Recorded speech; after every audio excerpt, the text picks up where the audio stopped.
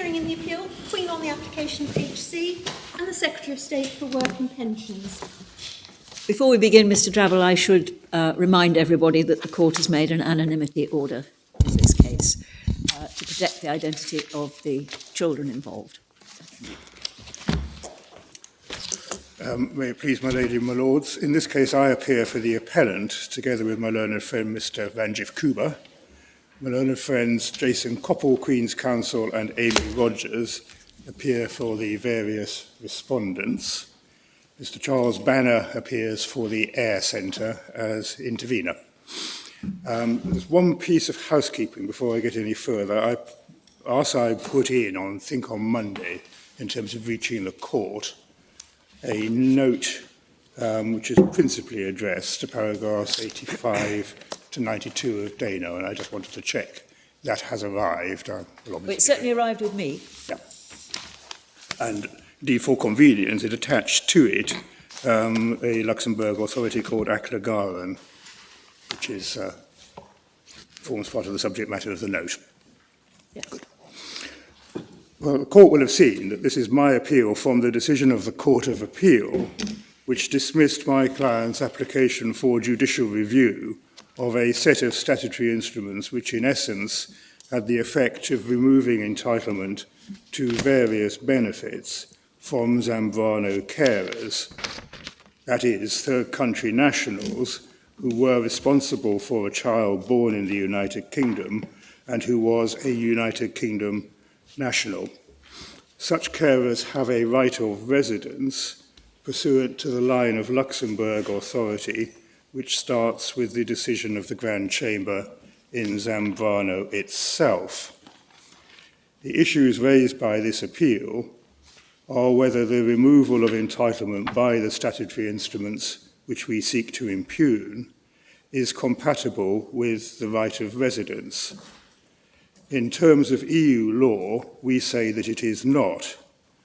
We say first that this is because the grant of a right of residence in the manner required by Zambrano carries with it a right to participate in and be protected by the legal regime affecting those in the United Kingdom. There are no conditions attached to the right of residence, such as, for example, a condition making the right conditional on self-sufficiency, or in any other way preventing recourse to public funds.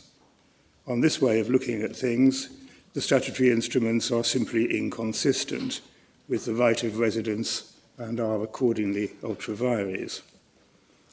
If that is too simple a way of looking at it, we say that the statutory instruments create a class of United Kingdom national children and their carers with remarkably inferior access to social assistance than other United Kingdom nationals and indeed EU nationals with unconditional rights of residence. This effect is discriminatory. It is within the scope of EU law and is an implementation of EU law for the purposes of Article 51 of the Charter of Fundamental Rights. It is therefore a breach of Article 21 of that Charter unless it can be justified. It cannot be justified because, in short, the reasons why the government introduced the regulations run counter to the basic grain of the Zambrano right. And finally, if all this is wrong for some reason, we repeat that there is discrimination. That discrimination is within the ambit of Article 8 of the European Convention of Human Rights and again cannot be justified. So I propose to proceed, if it's acceptable to the court, by initially describing the practical effect of the statutory instruments in fairly short terms, to show the court the government's reasons for making the statutory instruments, and then make a number of preliminary points becoming to the Zambrano. And you're asking for a reference, are you? We are asking, well, yes. We have, I think we said in the case, and we stand by it, we applied for permission to appeal to this court on the basis we thought a reference was likely to be necessary. We still consider that. Obviously that would not be the case if the court thought we were clearly right. But otherwise, it is a case where a reference is likely to be necessary. One of the preliminary points I was going to say just a word about is what the topics for such a reference would be. And if it's acceptable, I'll do that in just a moment, or I can do that now, but, in the court's hands. Why don't you stick with your, I'll stay with your where I script am. until we really force you off it? Yes. Yeah, fine.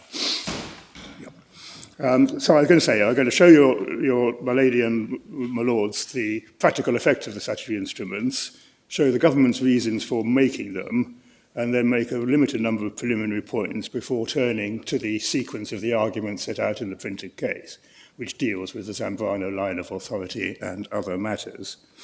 So the practical effect, the parties have attempted to describe the practical effect in the statement of facts and issues in the core volume at MS 84.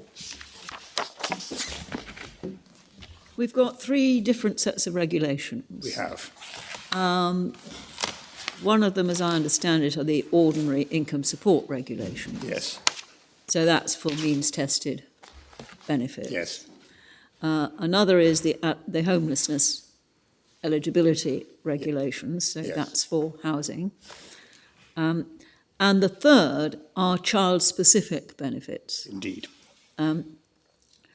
Might there be different arguments attached to the child-specific benefits as there are attached to the adult-specific benefits? If the question is put as a might, the answer is yes. Should there be? My submission, the answer is no, for reasons that we've set out in the case. Well, I understand that, but that's why I'm raising it. Well, at no, this plainly, the argument is one stage easier from my perspective in dealing with the specific child-orientated benefits, in child benefit and child tax credit. And that probably comes into its sharpest focus when one looks at the best interest aspect of the argument. And this creates a theme of our case, that what is created is a class of UK children, the closest possible connection with the UK, they are UK nationals, who do not have access to benefits designed precisely to protect their position. And it's one stage easier on the lines of a best interest analysis to say that there's something wrong with that. Going back to the question I've been asked about the reference, we say that it would be unrealistic to refer questions about child benefit and child tax credit without referring questions about the wider range of means-tested benefits and housing assistance that the other regulations relate to. And my general way of looking at it, and I'll develop this if I can, is that really the issue, we should be moving slightly away from description of particular types of benefit. In this context, we are dealing with the regime affecting the legal rights of the United Kingdom child, United Kingdom national, and his carer in the UK across a whole range of matters. We're dealing with social security and social assistance. If you take employment, and presumably there will be employment rights at stake, there will be duties owed by the worker, the carer, and owed to the carer by his employer. And it's very difficult to see how one can have a differential set of rights in a whole range of situations. And social assistance, we say, is just one example of the matters that need to be covered. To answer my lady's question specifically, if your ladyship turns to MS 84, it's in the core volume.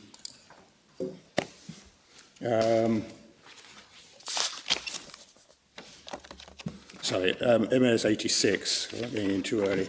MS 86 sets out in paragraph 6 the amendment regulations.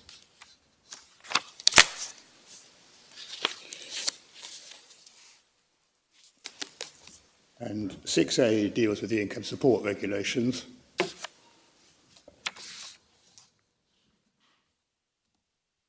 (6B) deals with the homelessness regulations. And 6C deals with child benefit and child tax credit. And the difference between the regulations explains the different respondents, as the court can see.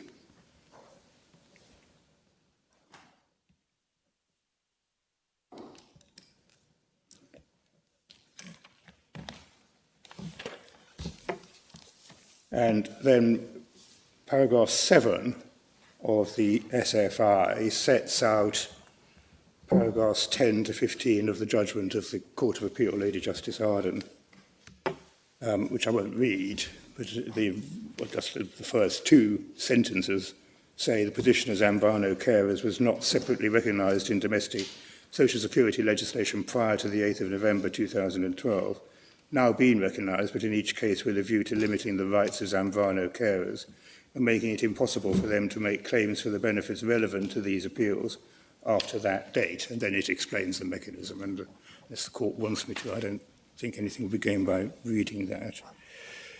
Paragraph 15 of the judgment, at the very end of the quotes in italics, refers to the explanatory memorandum attached to each of the amendment regulations.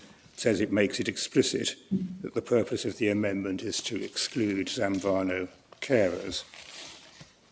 And your lady and my lords will find, say, the income support memorandum, the law to similar effect, at Authorities Bundle 1A5 at page 1030.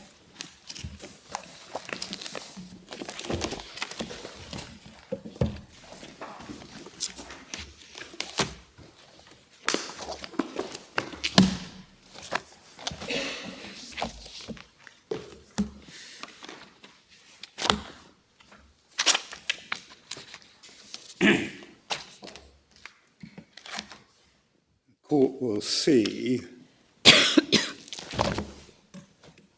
there's a description in paragraph 2 which ends, paragraph 2 ends, most non-EEA nationals who have a right of residence in Great Britain have an immigration statement that gives no recourse to public funds, which means they are not entitled to income-related benefits. If the social security regulations were not amended, such persons will become entitled to income-related benefits. So the aim is to reverse the effect in UK law of the effect in UK law of the Zambano judgment. And the mechanism is explained in 4.3. The memorandum says, to maintain the current position on entitlement to benefits once the Home Office regulations are made, this instrument will add people with a Zambano right to reside in the list of those who are not treated as habitually resident. This means they will continue not to be entitled to income-related benefits. No statement under the European Convention on Human Rights, as we cite for the reasons set out in paragraph 6. And then 7 deals with the policy background, what is being done and why. 7.1, most non-EEA nationals who have a right of residence in Great Britain have an immigration status that gives them recourse to public funds, which means that they are not entitled to claim income-related benefits by Section 115 of the Immigration and Asylum Act 1999. And since the CJEU ruling, 692 people in 619 separate families have applied for a Zambano right to reside, which contain a non-EEA national primary care of a British child and appear to meet the criteria which will give them this right. Home Office estimate that around 700 people a year could claim a Zambano right to reside, but this may increase given the historically high levels of migration in recent years and increased knowledge of the Zambano ruling over time. And then there are estimates on expenditure of 3.8 million annually managed expenditure if 40% of the Zambano families claim income support, and if 100% claim, the figure is 9.4 million. Consultation. He cites in the paragraph 8.2 that the Social Security Advisory Committee was asked whether it wanted the regulations referred to them. It said it didn't. And so 8.3 says no further public consultation has been conducted. This is because the amendment to income-related benefit regulations does not change the current policy on entitlement to income-related benefits by non-EEA nationals.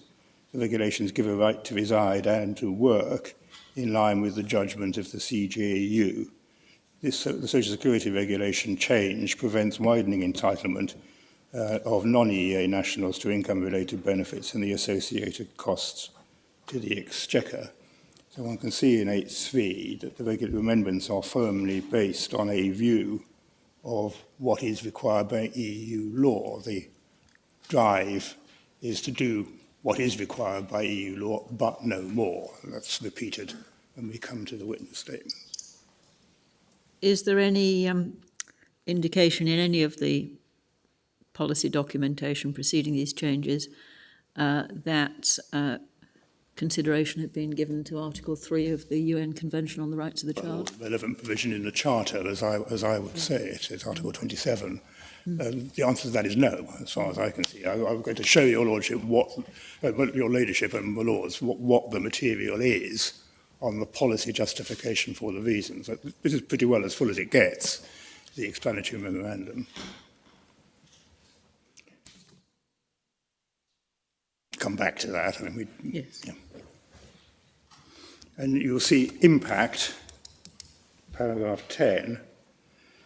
There is no direct impact on business, charities or voluntary bodies. The impact on the public sector is negligible since the amending regulations maintain the current entitlement. Therefore, a full impact assessment has not been prepared for this instrument. So that's the answer to my ladyship's question. No full impact assessment. Because it's a simple continuation of the existing position as the line of thinking. So they hadn't really thought about what's actually happened, which is the necessity for local authorities to step into the breach. Well, I think they would say, to be fair to them, that there were no more needed to step into the breach than was the position before Zambrano. That's the line of thought.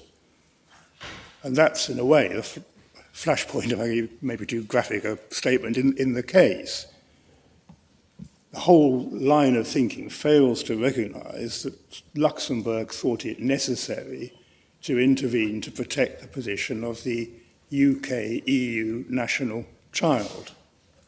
And that's just been negated on the basis that it was legitimate to stay with the existing position. But you certainly won't find an analysis in straight best interest terms in line with Article 3 or Article 27.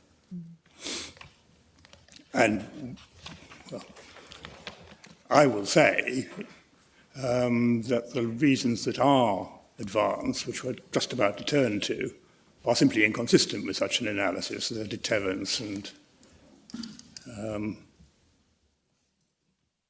a need to concentrate resources on those with the greatest connection with the United Kingdom, neither of which fit very easily with a best interest analysis of the position of the UK national child. Now,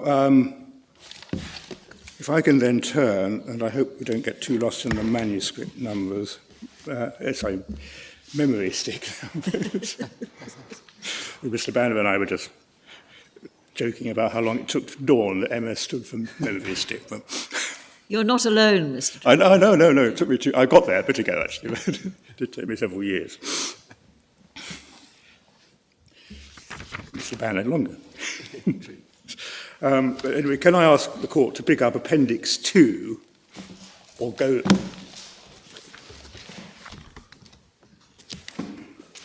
in the MS to Appendix 2, but I can only give the Appendix 2 numbers. You will find the DWP witness statement at page 449 of Appendix 2.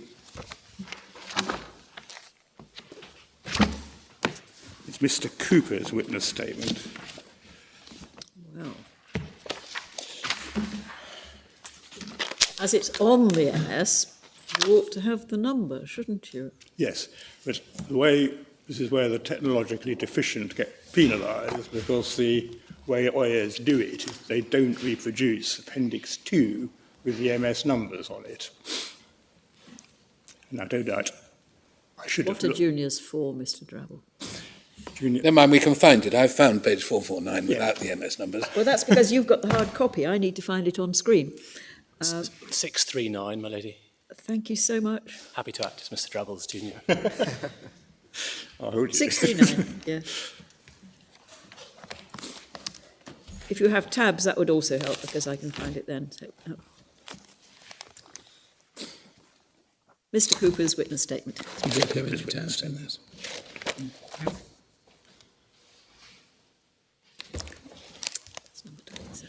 And if we pick up the passages which include the policy justifications, page 454, it's paragraphs 13 and 14 of the statement.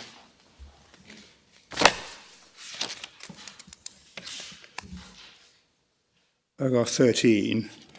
These restrictions reflect the government's long-standing belief that it's appropriate to allocate welfare resources to those with the greatest level of connection with the United Kingdom, and more generally that denying access to income-related benefits to those who are subject to immigration control strengthens immigration control by A, reducing the incentive for people to come to the United Kingdom for the purpose of claiming benefits or services, and B, encouraging immigrants to regularise their stay if they are presently unlawful.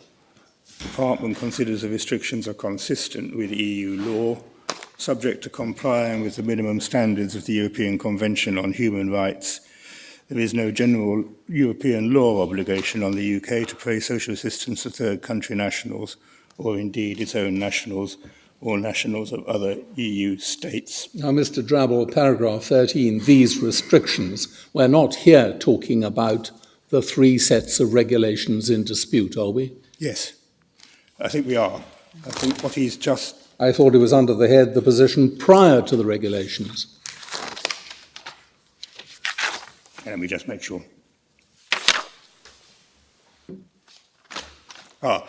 Yes, your Lordship is entirely right. It's dealing with the position where people were prior to Zambrano caught by Section 115. Yes, So when we read this and thought you were talking about, the deponent was talking about the regulations in dispute, and we noted, well, what about the UK child? Actually, we've got to cancel all that, because that's not the subject in of relation to 13 and 14. Very well. Your Lordship is right. We then go on later in the witness statement. Very well. It's my fault. I'm sorry for that.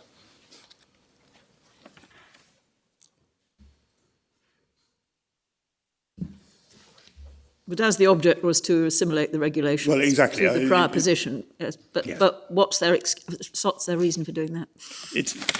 The reason for the regulations is not in 13 and 14, but in the later paragraphs.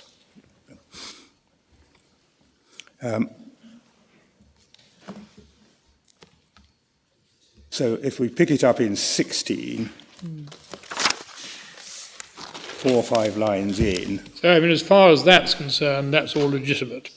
Up to paragraph 14 in relation. 13 and 14, yes, and there's no complaint, and I don't think it could be a complaint, but certainly it's not subject matter of this appeal. Yeah. That in relation to, say, family reunion cases or whatever, there will be a policy of a legitimate policy that lies behind Section 115. Yeah. Okay. Yeah. But if we pick it up in paragraph 16, the regulations,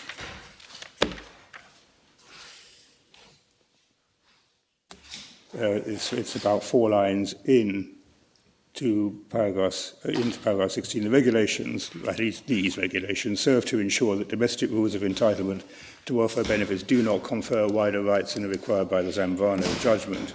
In maintaining existing policy vis-à-vis the benefit entitlement of most third country nationals, so that's the reference back to 13 and 14. The regulations also serve to encourage migrants who can make a valuable contribution to the domestic economy whilst delivering fairness for the taxpayer.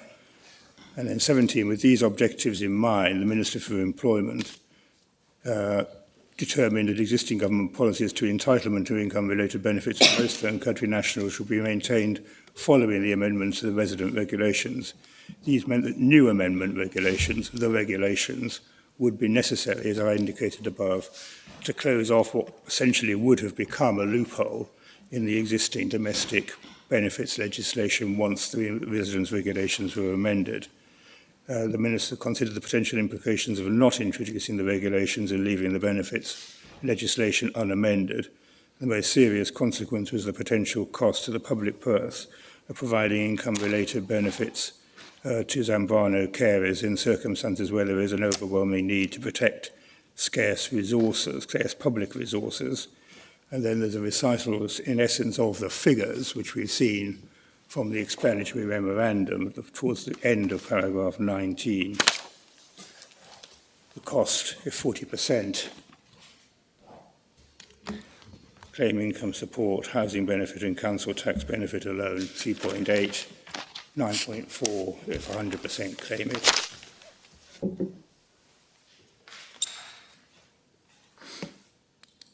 And then 22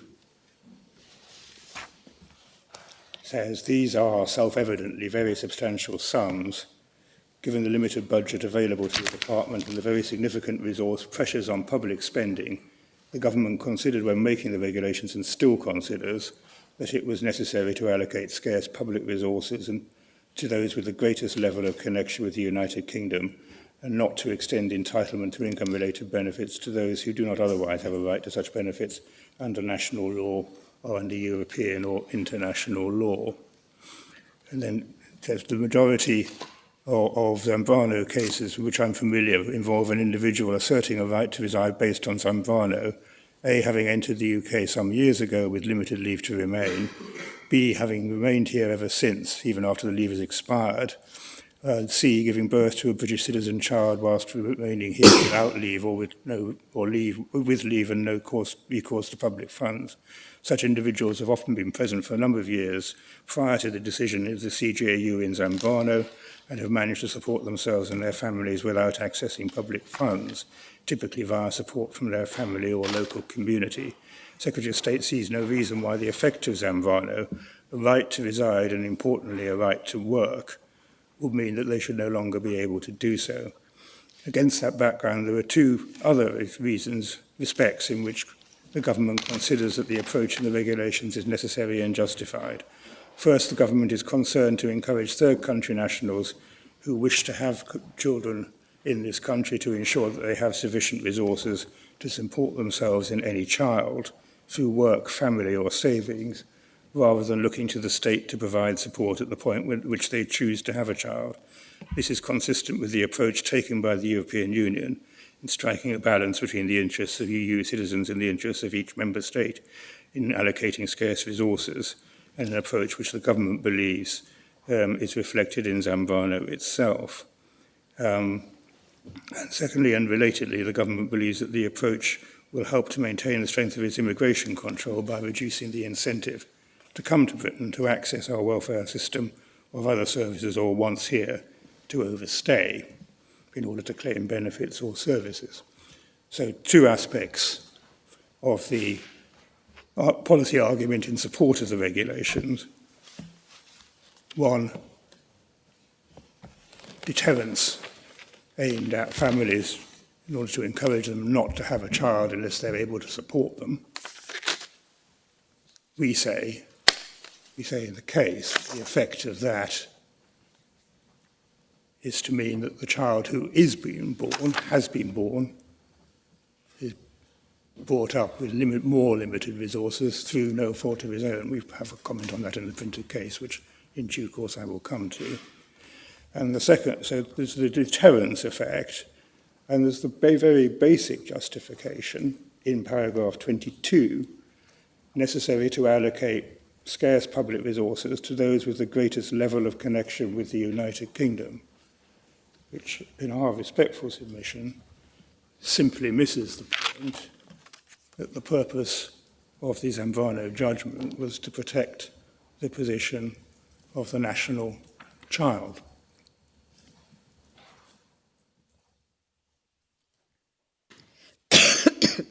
So that's the justification in the income support witness statement. There's much a much shorter passage dealing with the decision to make the housing regulations. I won't ask the court to look it up now. In the witness statement of Francis Walker, which starts at physical page 539 of Appendix 2, and the passage on the decision to make the housing regulations is at page 543, paragraph 16 through to 19.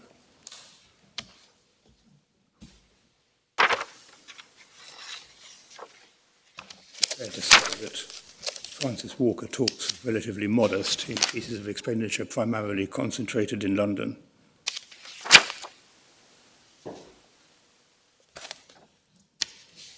And dealing with the child-orientated benefits, if that's the correct way of describing them, there's a witness statement from Philip Dern, page 609 of Appendix 2.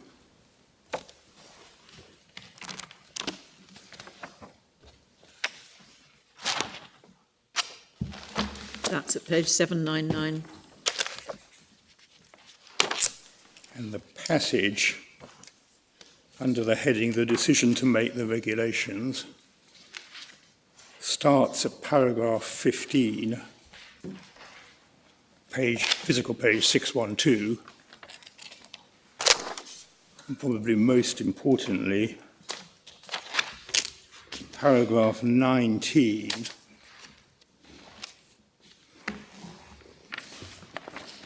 in paragraph 19, Mr. Dern says,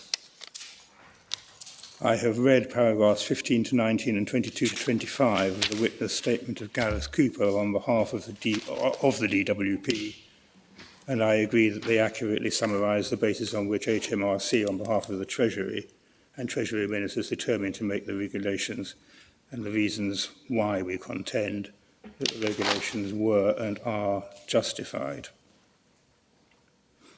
Well, I should read the last sentence. Ministers did not wish to grant access to benefits and tax credits where this was not required by Zambrano or subsequent authorities.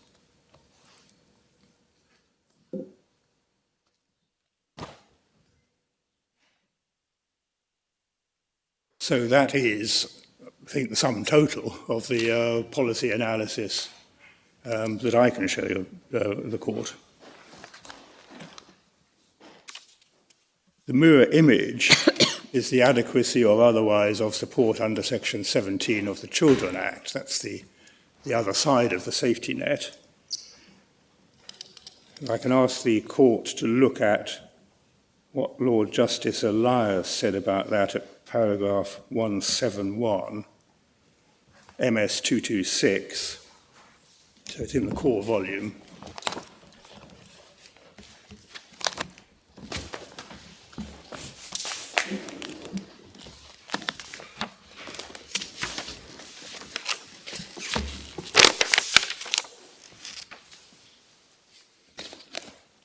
And paragraph 171 says, I agree with Lady Justice Arden that the logic of the Zambrano right is that where the carer does not have the resources to remain in the country and so will in practice, absent state support, be compelled to leave with the child for economic reasons, there will be an obligation on the state to ensure steps they are able to remain. EU law focuses on the substance of the right and not merely on the form, and will require the state to take steps to ensure that the essence of the right is respected. This does not, however, require the state to guarantee any particular quality of life. See Derechki and see Harrison. Provided sufficient assistance is provided to ensure that the carer does not in practice have to leave the country, and thereby the EU. Taking the child with her, the obligation imposed by the principle will be met. In my judgment, for the reasons given by Lady Justice Arden, which reflect those of Mr. Justice Hickenbottom, Section 17 of the Children Act provides a backstop provision which is designed to save the carer and child from homelessness and destitution, and we are not in a position to say that it fails in that objective. In my judgment, that suffices to meet the state's Zambrano obligation. There is no duty to provide fuller benefits. So the analysis is that you don't need access to the ordinary regime governing social assistance. It's enough to have a backstop power. At some stage, Mr. Drabble, can you educate us a bit about the level of provision that falls to be made under Section 17? At some stage, convenient to yourself, can we look at it?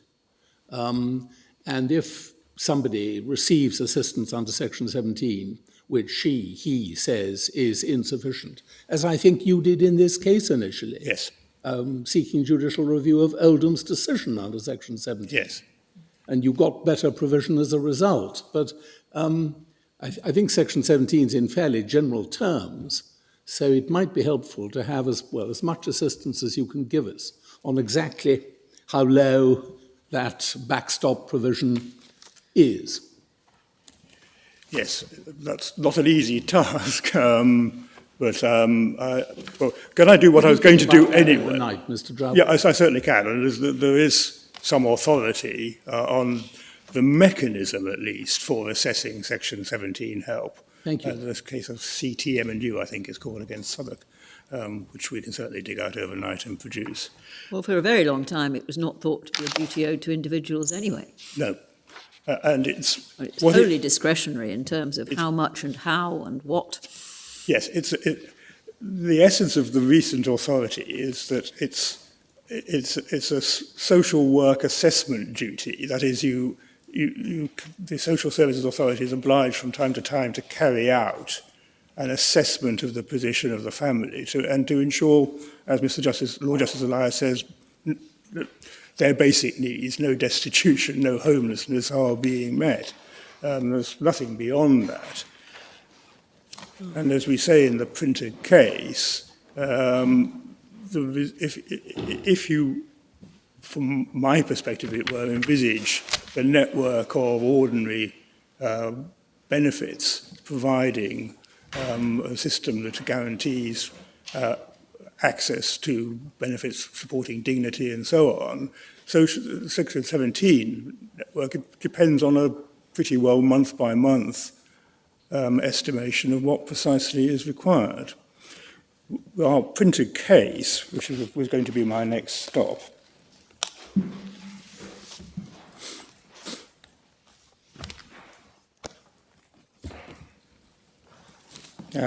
sets out the position. So are you, before we leave paragraph 171, are you saying that Lord Justice Elias what he says about it is wrong? No, I'm saying it's right. It's right, yeah. Yes. He's saying positively saying it's right. Well, it does the task that it's set, but of course it's not the same task as you're claiming should be done under the other regulations. That's exactly the point. In a sense, although it's interesting to know how it works, it's not crucial to your argument. No, it's not. Part of the argument, no, it's not. I mean, my straightforward argument is that there is an unacceptable discrimination simply by the division into an inferior... I think it's common ground. There's a gap between significant gap between Section 17 provision and the provision which you're saying would be given to an ordinary UK child. For a start, under Section 17, the local authority could say, well, our assessment of your children's needs is that we look after them. Yes. You can say a whole range of things. Yeah. You can say you can be rehoused in temporary bed and breakfast accommodation. It happens from time to time. So the obligations are very different from under the mainstream provisions. And I answer my Lord Palmer's question. The bit that I emphatically say is correct in Lord Justice Elias's description is that the intention is to provide a backstop provision which is designed to save the carer and the child from homelessness and destitution. Now, he had some doubts about whether that was achieved, which is why he says, and we are not in a position to say that it fails in that objective. He put it that way around, and I'll show the court, take 30 seconds to show you the court why he said that. But that is, the working system is designed to protect the carer and child from homelessness and destitution. So from my argument's point of view, you have a class of children and carers who, for the medium term, are in a scheme which has that very limited and modest objective. But I'll try and provide more help. And then perhaps while we're here, because it's relevant to the reference issue and discrimination, the court will see that in paragraph 172, Lord Justice Elias says, as to the question of discrimination, in my judgment, any discrimination is clearly indirect for the reasons given by Lady Justice Arden. I consider that in all likelihood the CJU will consider it to be justified, although I would not personally go so far as to say that the position is at clare, if only because the Zambano resident is a judicially created concept of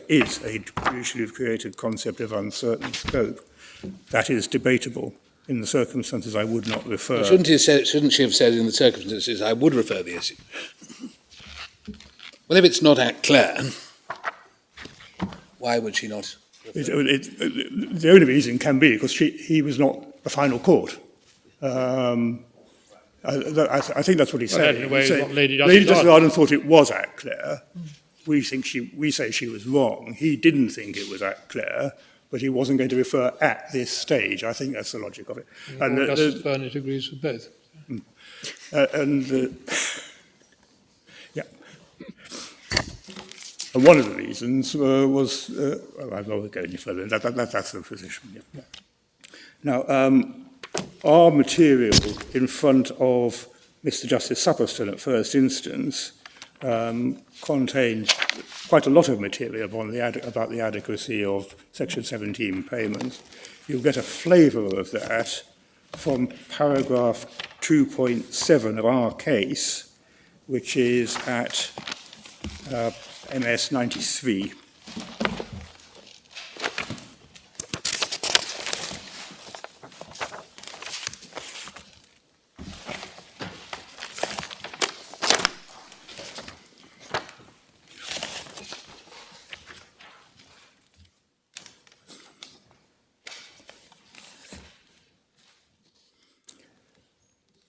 And there's a quotation from my client herself in 2.6. I won't read that.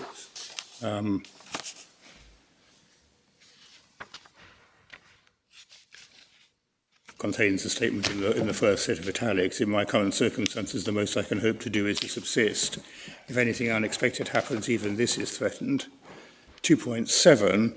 Evidence from the No Recourse to Public Funds Network, a national network of organisations focused on the statutory response to persons with no recourse to public funds, suggested that a British child with a Zambano carer supported by the local authority is likely to grow up experiencing high levels of poverty for their entire childhood, when a British child with British parents would benefit from significantly higher levels of support through access to public funds. And then your court has given the reference to that. Now, we've seen that Lord Justice Elias wasn't able to say from that material that the objective wasn't being met, but it is a more limited objective. Can I then now move on to my preliminary points, as it were? They include the following matters, and they deal with each of them shortly. First of all, the relevance of the Code of Secondary Legislation, EU secondary legislation, referred to frequently in the judgment of Lady Justice Arden. She called it the EU Cross-Border Social Benefit Legislation Scheme, the acronyms appearing from time to time as EU-CBSBL. So I have a short point about the relevance of all of that. The second is the issue of whether meeting the needs of Zambano carers through Section 17 is an implementation of EU law for the purposes of the Charter. That's the subject matter of the note. And I won't at this stage say much more than that. Thirdly, a short point on best interests, and finally, some comments on the possible topics of a reference. So,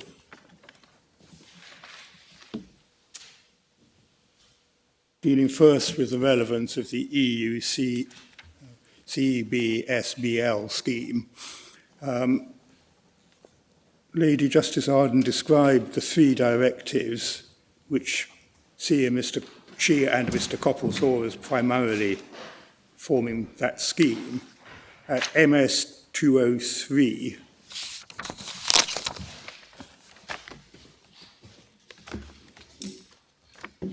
So what is MS 203?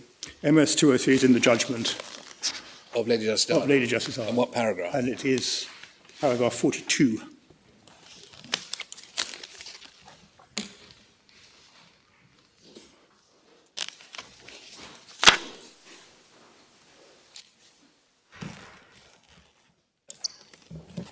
And it's really 42 and 43 read together. Mr. Coppell submits that to require member states to Do you grant... want us to read these Yes, I'm sorry. paragraphs? What, 42? 42 and 43. Okay, let's do that. Yep, indeed.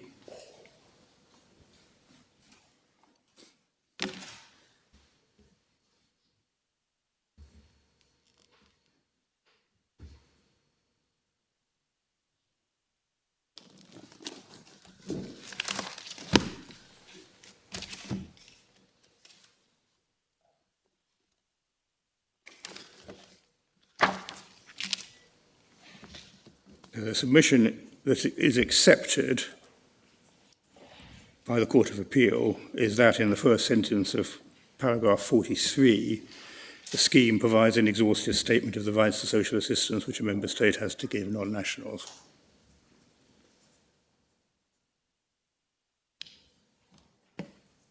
We don't accept that because it's apparent from Zambrano itself that you have to provide a degree of support not required by the various directives. And if one thinks about the directives which are set out within 42, they are the Citizenship Directive, the Long-Term Resident Directive, and the Family Reunification Directive. They are all dealing with the situation of people who have another state to which they can go. Fundamentally different from the position of the Zambrano carer, where the ratio of the judgment is that the carer can't go anywhere else, because if he or she does, the rights of the EU national are not respected. The EU national will have to leave the territory of the Union. It's the whole ratio. So all the dispositions under the Citizenship Directive, the Long-Term Residence Directive, or the Family Reunification Directive are dealing with nationals who've come from other states or subject to requirements of self-sufficiency in support or in respect of their rights to be in the United Kingdom. But that's against a background in which they didn't need to come and in which they can go back. That's the basic position. So we say that that whole stress on the EU CBSBL scheme is misplaced. Secondly, implementation. We say, for reasons set out in our note and referring to Aklagaran,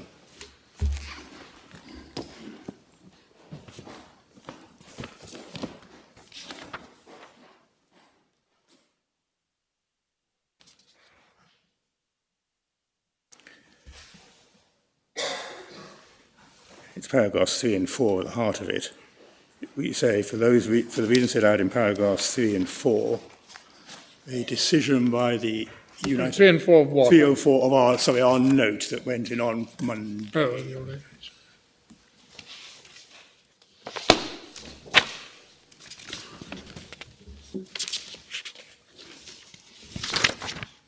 You say there's got to be some support to implement the Zambrano carers' right. Well, it's not Zambrano carers' right, it's the Zambrano children's rights. There's got to be some support, and in choosing as between Section 17 and the ordinary social security scheme, the UK is deciding how to implement EU law rights. Exactly, that's the short. That's what you say, aren't you? Yes. Yeah.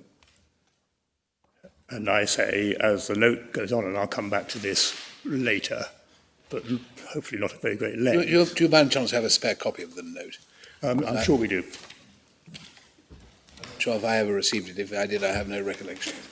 We certainly got some spares. Many of these notes look not much the same. Sometimes they say the same.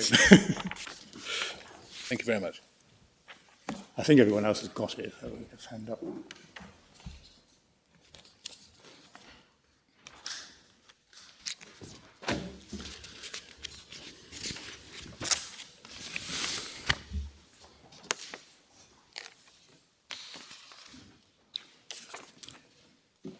Well, we were looking shortly at 3, 4 and 5 in Yeah, essence. thank you. So you will say that's distinguished it from Darno, is that the point? Distinguish it from, yes, well, Are we coming back to Darno? I am coming back to Darno, but I don't know if Mr. Koppel makes the point that I didn't deal with paragraphs 85 to 92 of Darno. Yeah. We say they're irrelevant because of the whole logic of our case, but and that's what the note says. But I'm coming back to them.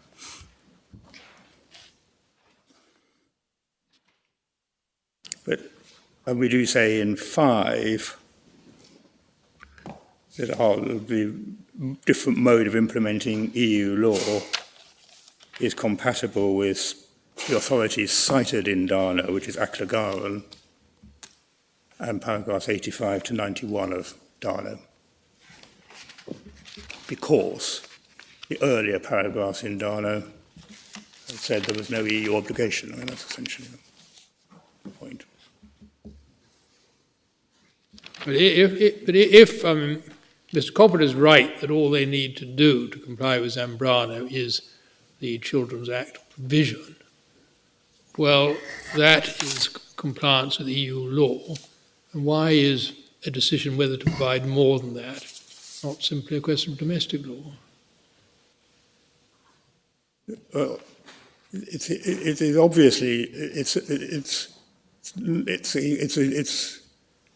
it's a decision which either way of producing the answer that there is support is a mode of discharging the obligation which arises from I can the see law. you sort of dress it up like that. Yes, Even well, if but then we're just into put it the other way. justification. I mean, there's a distinction between a knockout blow, which Mr. Koppel intends to render the same. This is just nothing to do with the Charter. There's no implementation issue at all here, because Dano, in the relevant paragraphs, does indeed say that the level of social assistance, when there is no EU obligation, is a matter solely for the competence of the member states. There's no doubt it says that. So it really comes back to the same point. Is there a EU obligation to do more than is required under the Children's Act? And that's, of course, Exactly, and under both the limbs of the main argument, which is just look straightforwardly at Zambrano, or alternatively look at it through Article 21 of the Charter, one is looking at terribly closely related issues. There's no doubt about that. But there simply is no existing authority which gives us the answer to the question of what is required to comply with the Zambrano right of residence.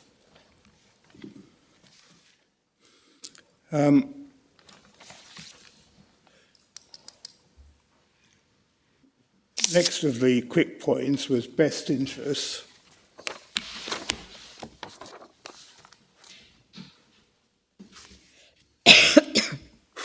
There is an obligation under the Charter, Article 27, to consider the best interests of the child, or to treat it as the best interest as a primary consideration. Do you want us to look at that? Well, I'm certainly happy to. I was going to go to it later, but... Well, if you want to go to it later. I don't mind. Well, perhaps it's helpful, it may be helpful to go straight to it.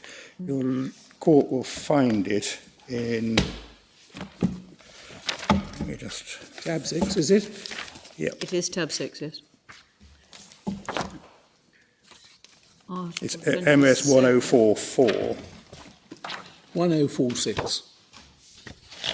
No, that doesn't look 1044.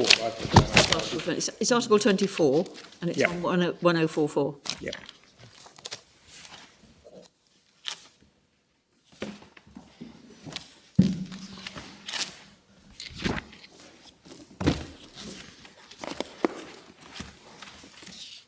In all actions relating to children, whether taken by public authorities or private institutions, the child's best interest must be a primary consideration, which is a direct quote from Article 3 of Yes. the UN Convention.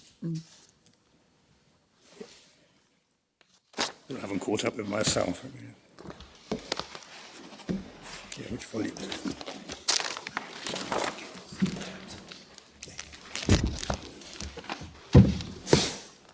Yeah,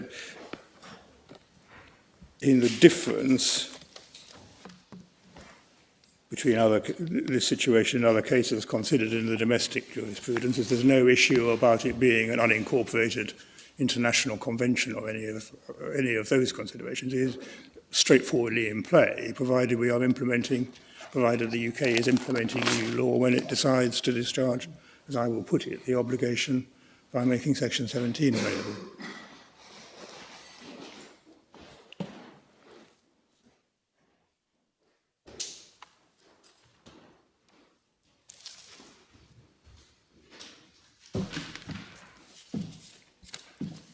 What does Lady Justice Arden say, if anything, on that point? I'm not sure that she does, actually. She deals generally with justification, paragraphs 116 onwards of the judgment.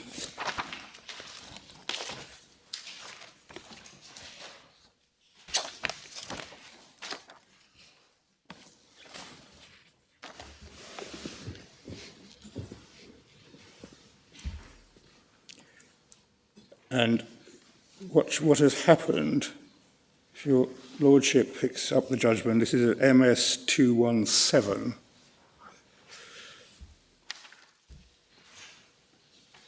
She rejects the way in which I put the discrimination argument in the Court of Appeal, discrimination on the grounds of nationality, or alternatively, discrimination against the children, and says that neither of those arguments work.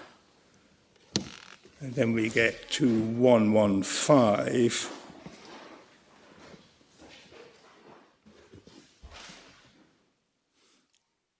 where she says that my only route into a discrimination argument is Article 14 of the Convention as opposed to any EU law doctrine.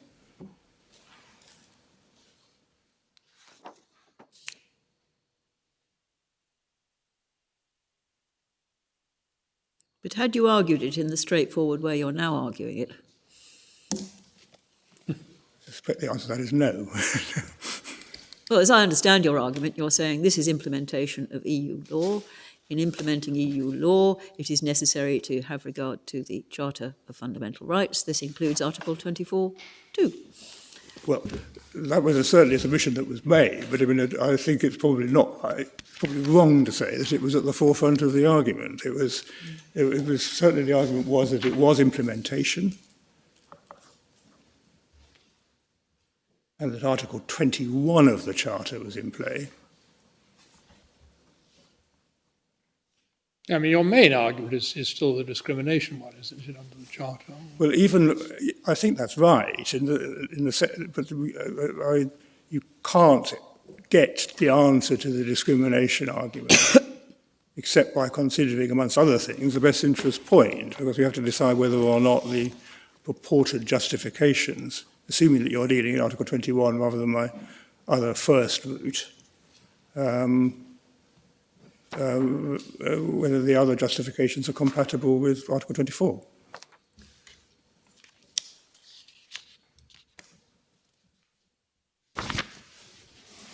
Sorry to interrupt, just one point of history, because I was there and Mr. Drabble wasn't, but the point was argued at first instance and decided by Mr. Justice Supperstone at paragraphs 69 to 72 of his judgment.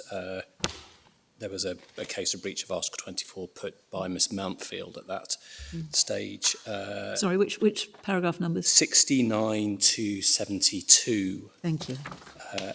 MS 253. He rejected the argument and there was no appeal on that point.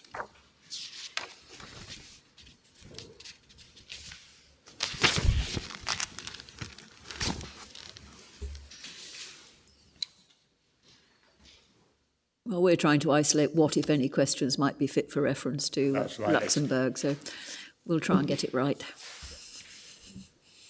Well, I've got one more task before I come to the possible terms of a reference.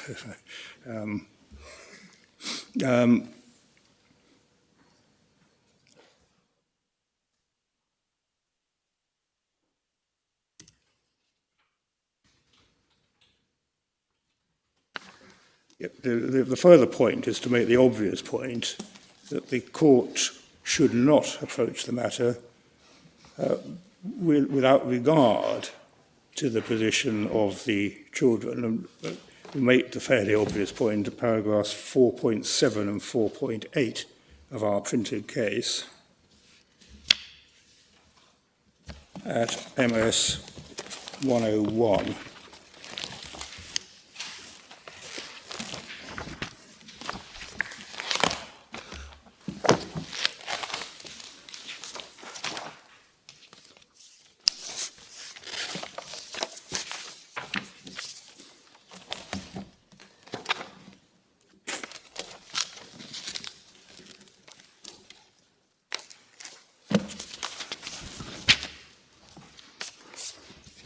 Paragraph 4.7 says, keep in mind the position of the child.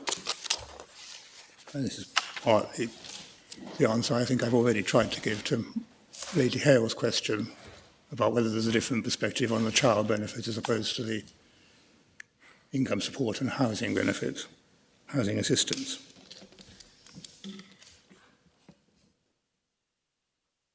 Child benefit, child tax credit explicitly payable to safeguard the position of the child. Same should in reality be said about the other income-related benefits.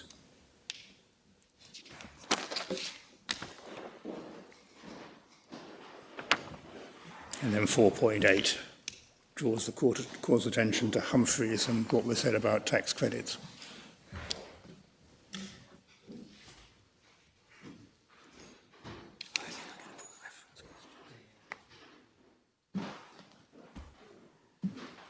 So, last of these preliminary points is the terms of a reference.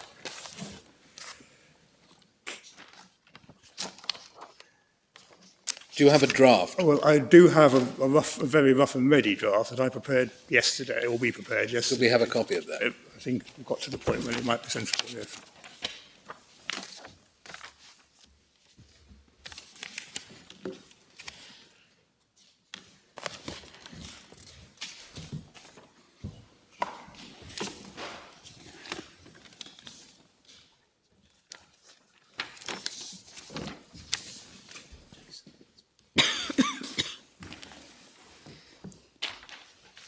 Thank you.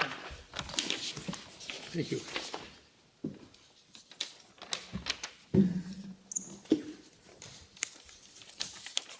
Thanks. Now, the three questions reflect the structure of our case. First question is designed to ask the Luxembourg court what rights are inherent in the concept of a right of residence, which is what Zambrano on its face requires to be granted. So that's what... Perhaps one ought to start with that question. Yes, well that's... And then move on to the more detailed Oh, I see. ones. I don't pretend, I have no desire to protect the drafting of this at all. It's where I got to yesterday, and one could indeed start by simply asking that question. I mean, our case is and is going to be that when Luxembourg says Zambrano carer must be granted a right of residence, then absent any condition or limitation, that right of residence gives a right to participate in the ordinary legal life of the country, if I can put it like that. And we need to know whether that's right or not. Now, however, question one is cumbersome. I'm fully aware of that. That's what it's aimed at. Question two is if you don't get the simple answer from question one, you're moving into the Charter,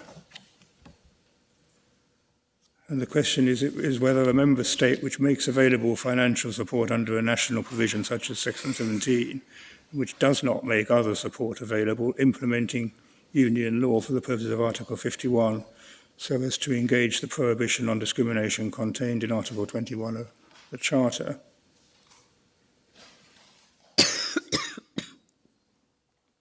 And if the answer to that is yes, you are in Charter territory, on what principles should the relevant national court decide whether any discrimination is justified?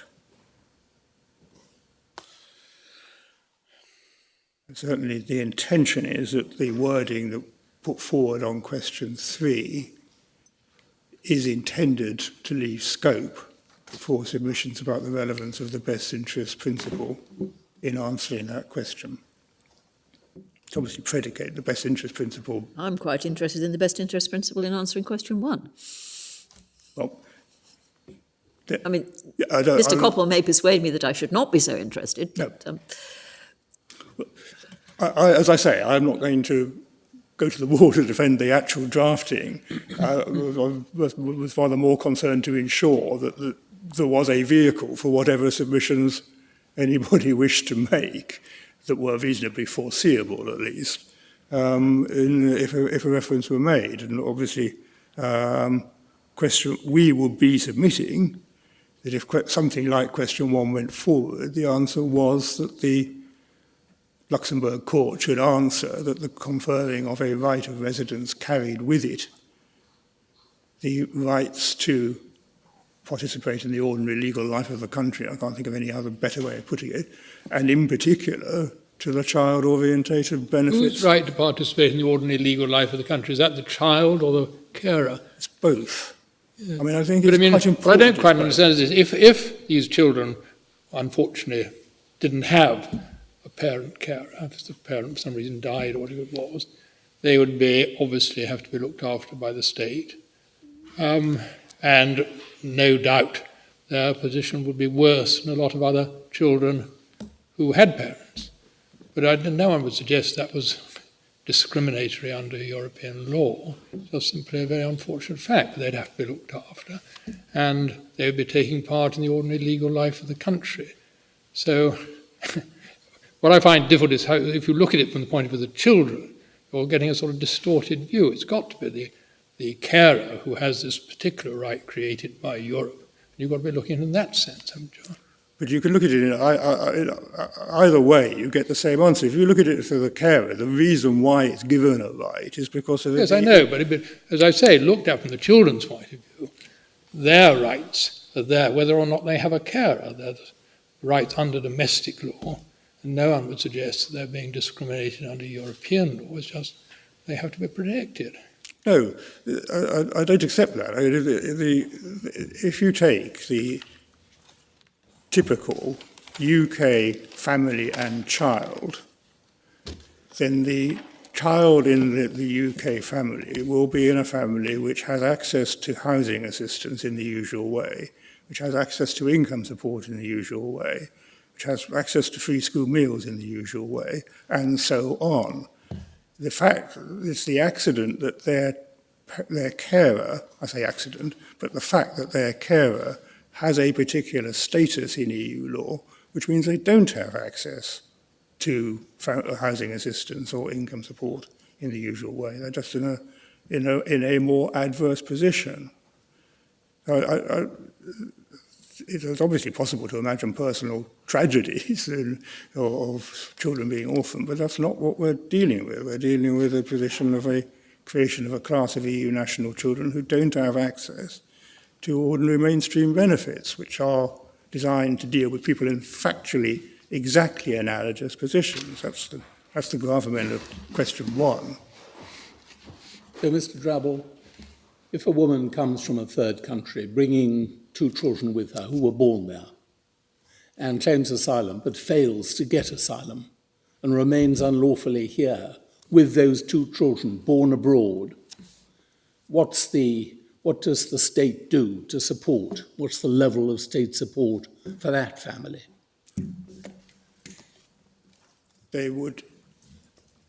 the failed asylum seeker would not be entitled to the mainstream benefits because of the conditions of self-support in the various directives that form part of the scheme. And So it would be Section 17 Yes. again, would it? It would be a code which included Section 17, certainly.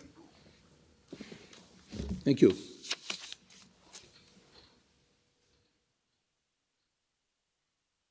Of course, ordinarily, a child has got a right to live with their parents, if they've got parents who are able to look after them properly.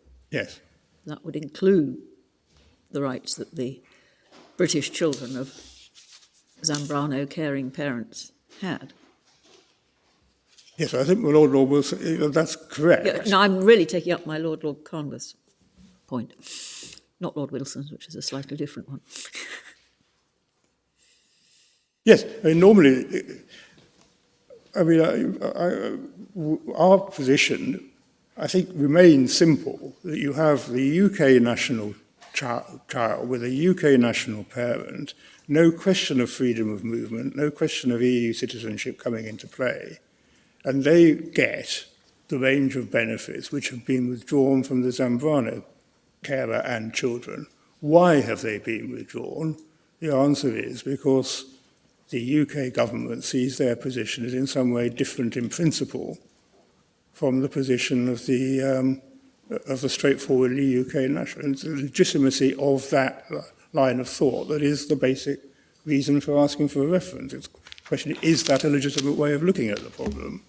We say it's not, because the very act of conferring a right of residence must have meant in the contemplation of the Luxembourg court, or ought to mean when they think about it again, that they recognise that there's a truly effective right of residence, rather than a sort of a second-class body of access to social assistance and to other matters.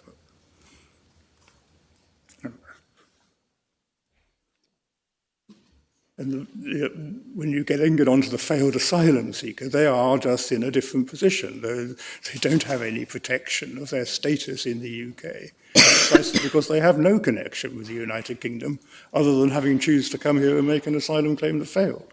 Whereas the UK child is here as a UK national, and the parent is here because in order to give the child's rights full effect, he or she has to stay in the UK. That's the very nature of the Zambrano doctrine.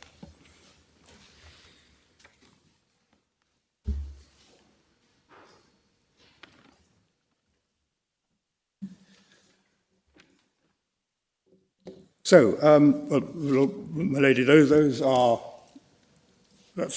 present stab at the wording of a reference, and whatever its clumsiness, the tripartite division, I am willing to defend, and would say it reflects sensibly on the sort of things that might be asked. We may want to make best interest more explicit in relation to both questions 1 and 3.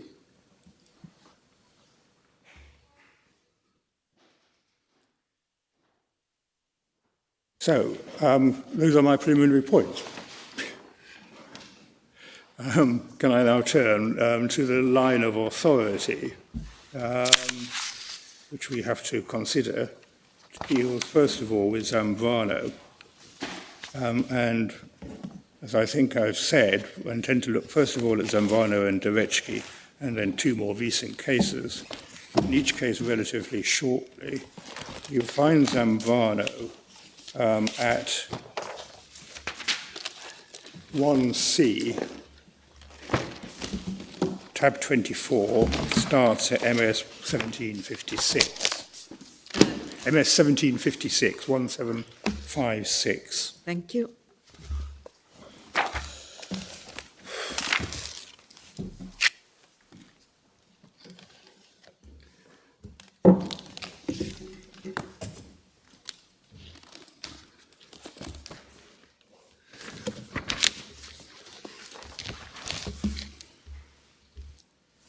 And 1756 is the head note.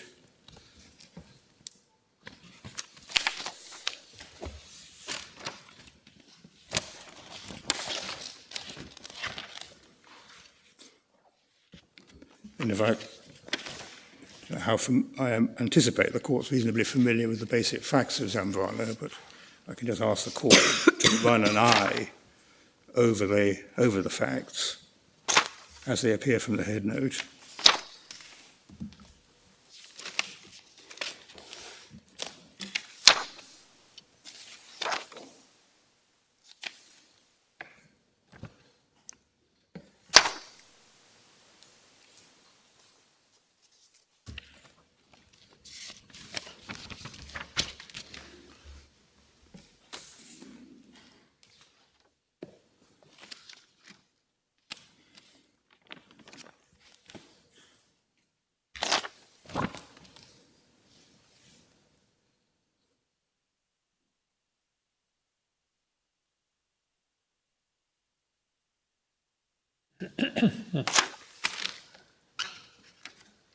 Now, in a very real sense, the whole of certainly question 1 is designed to elucidate precisely what the consequence of the holding at the foot of page 1756 are. We know that you have to grant a right, you, the member state, have to grant a right of residence.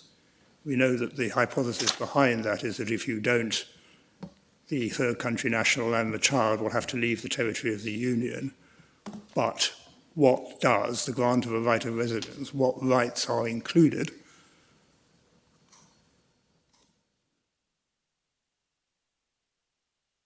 And in that case, he was prima facie entitled to unemployment benefit, having Yes. been a worker. Yes. But for the fact that he didn't have a work permit, and the point of the decision is he didn't need a work permit because he had a right of residence, and so that removed the bar to his entitlement to the unemployment Yes. benefit. So if you're looking at it, what rights a right of residence gives, then on the face of it, it gives you a right to work, Zambrano itself. It gives you a right to contributory unemployment benefit because that's the whole subject matter of the dispute.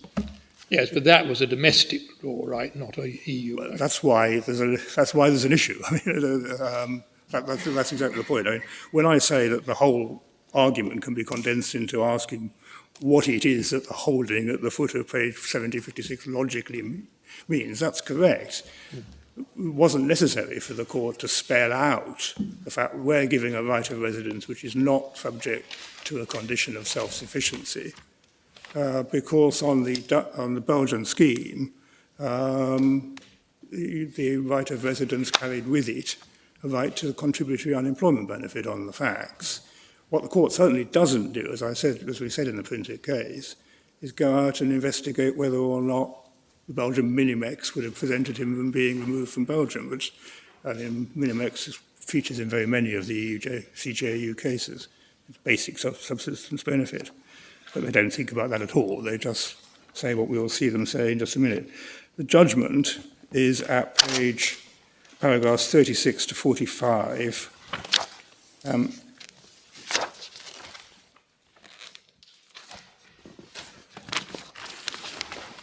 Which is at page MS 1808.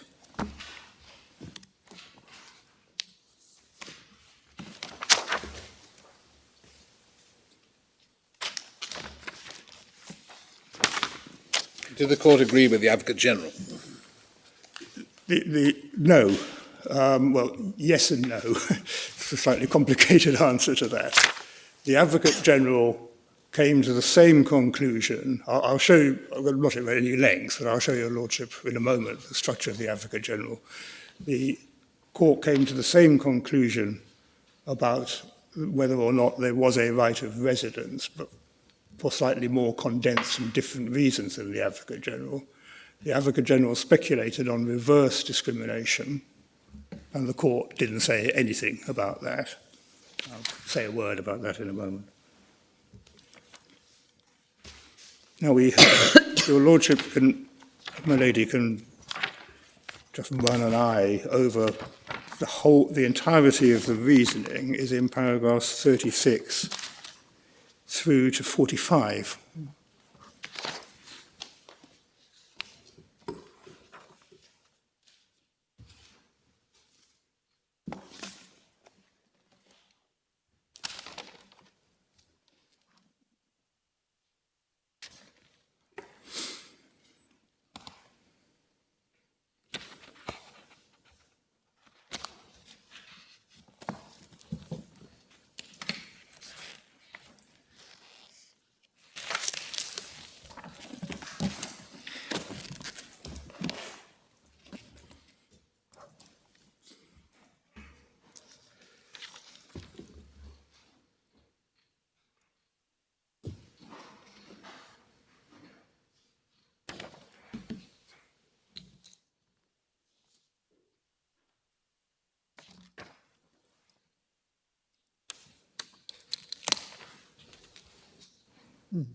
And if I can ask the court also to just have open and have a finger in our printed case, MS 105, paragraphs 417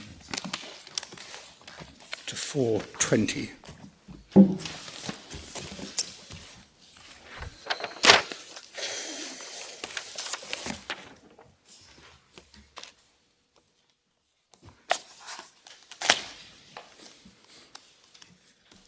So have the judgment and the paragraphs together. Just pick up the following points. First of all, this is relevant to whether we're implementing EU or whether this is a situation where EU law is being implemented. Foot of page 1808, paragraph 37 in the judgment, records the fact that the member states made submissions that this was a purely internal situation. Children never left the territory of that member state. The submission is by the member states do not come within the situations envisaged by the freedoms of movement and residence guaranteed under European Union law. Mr. Zambrano's answer relied on the citizenship of his children, see paragraph 38.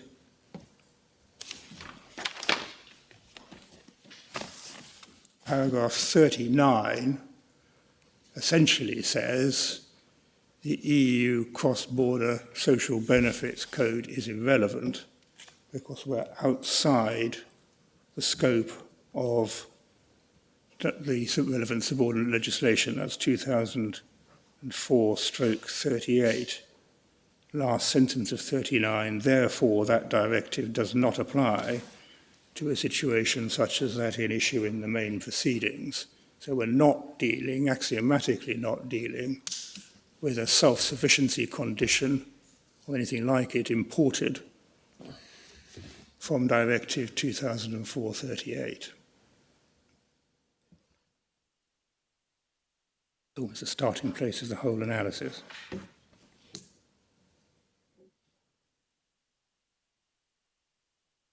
Then 4041 affirms the importance of European citizenship.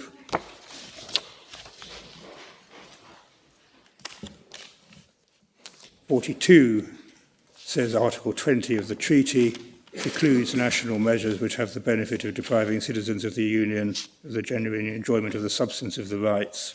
See Rotman. A refusal to grant a right of residence to a third country national with dependent minor children in the member state where those children are nationals and reside, and also a refusal to grant such a person a work permit has an effect. So that 43 is the operative paragraph. What Zambrano requires is the grant of a right of residence to a third country national. And it's the refusal of the right which would force them to leave the Union, or force the children to leave the Union. See the first sentence of 44.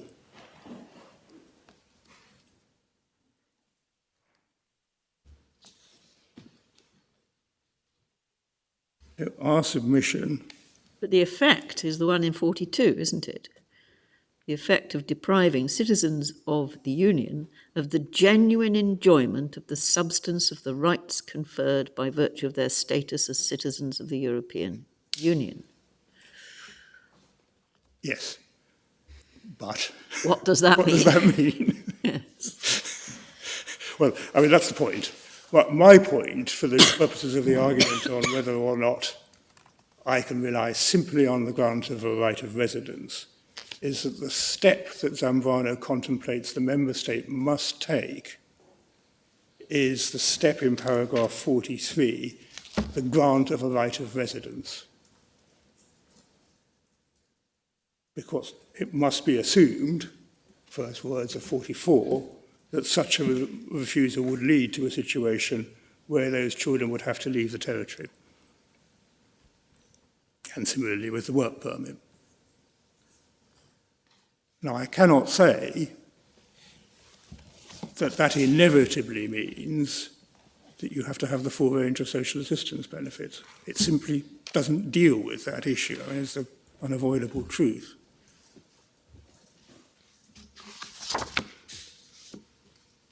But it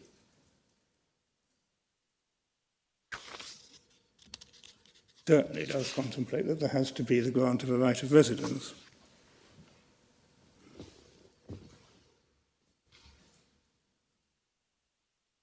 So go back to our printed case, paragraph 417.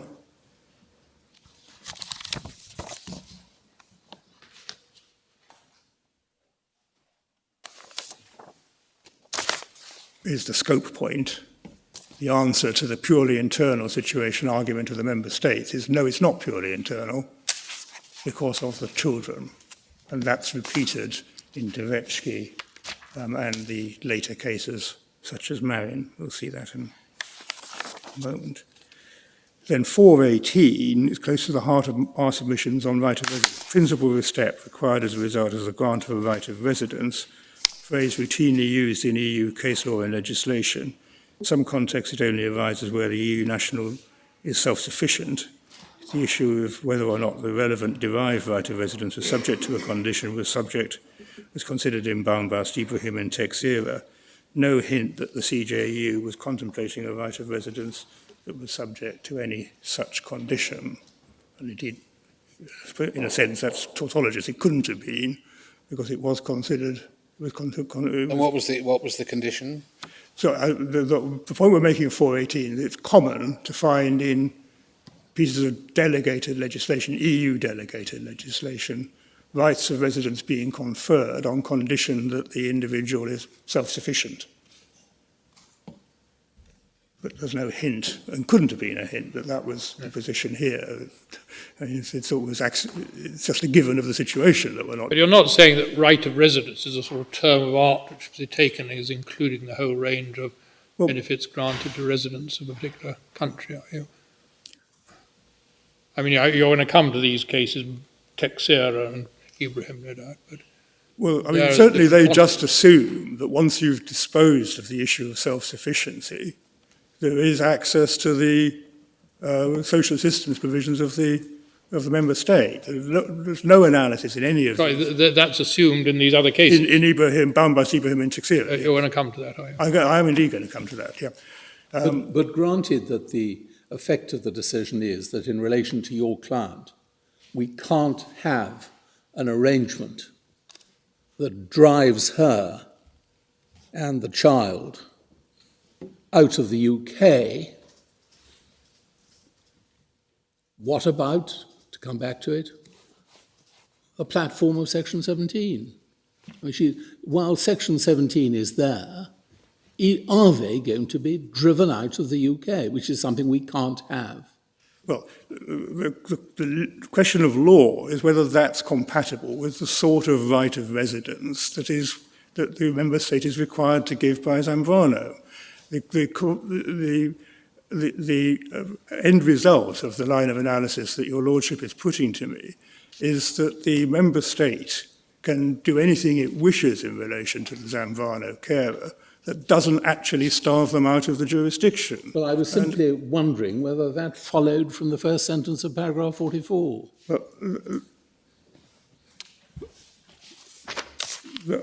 the construction argument is that the first sentence of paragraph 44 follows from the refusal to grant the right of residence. That's what's being talked about. It's the refusal to grant the right of residence that forces you out. We're then in the question, which is in this case, what rights does the grant of a right of residence carry with it in terms of in terms of social assistance? I mean, that's the open question, and it will go on being an open question as we go through the cases, which is precisely why I say that there should, at the end of the day, be a reference. But I mean, the other way around of putting it is that it is my submission is at least highly unattractive that you have a class of UK national children in a position which will last 4 years in many cases because the whole of the children's minority of access to a system of welfare which is designed simply to prevent destitution and homelessness and do no more. That's the long-term arrangement. Now, in a way, that sounds in the discrimination argument, obviously. It also sounds in the question of what the court meant when it said you have to grant a right of residence. The answer, I mean, let's be honest about it, the court may not know what it meant. That's precisely what we've got to find out. But it certainly doesn't follow from any of the language of 42, 43 and 44, which are the core paragraphs, that the court wasn't contemplating an ordinary right of residence which will carry with it equal treatment and access to social assistance. It certainly doesn't follow from that. So should we turn to, we get enlightenment, do we, from these other cases? Well, no. Well, we get a continuing situation which is compatible with what I say is the correct analysis. So if we then turn on, sorry, no, I think I promised that I would look at what the Advocate General did. If your Ladyship and my Lords will go to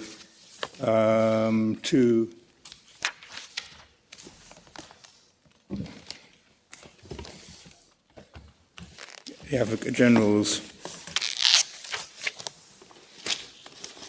opinion, the structure dealing with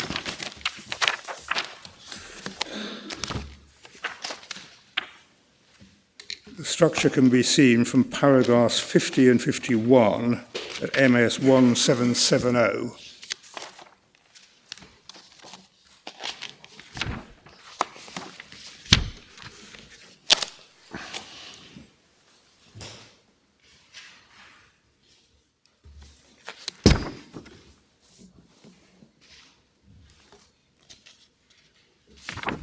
In paragraph 50, she says, I shall deal first with the question of whether Diego and Jessica, who are the children obviously, can invoke rights under Article 20 and 21 as citizens of the Union, notwithstanding they have not as yet moved from their member state of nationality, and whether Mr. Zambrano can therefore claim a derivative right of residence, question 1. And then it says she has to think about whether that's a purely internal situation. And then question 2, she says, I will also consider reverse discrimination, as that had interested the National Court. She gives an answer to her first question.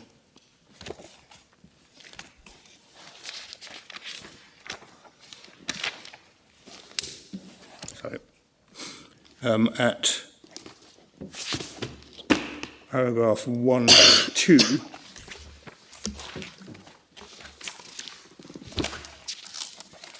well, what do you rely on this for? I only want to explain what is said about reverse discrimination. That's the point of this, because Mr. Koppel says against me that when we come to the discrimination argument, I'm dead in the water, because although the Advocate General said some interesting things about reverse discrimination, the court was silent on it.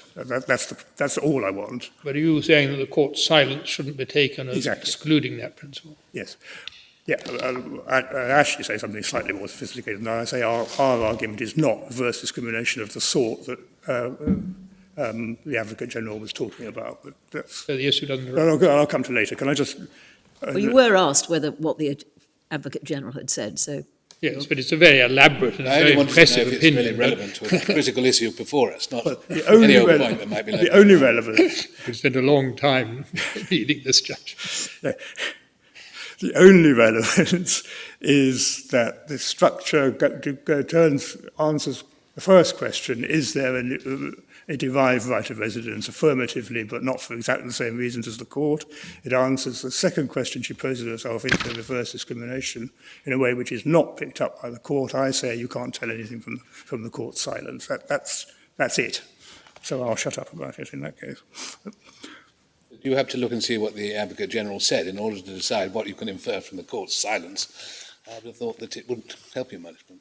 Well, the only additional thing, I actually agree with that, oddly enough, but as we've lost on this issue at both levels below, I think I need to just address it.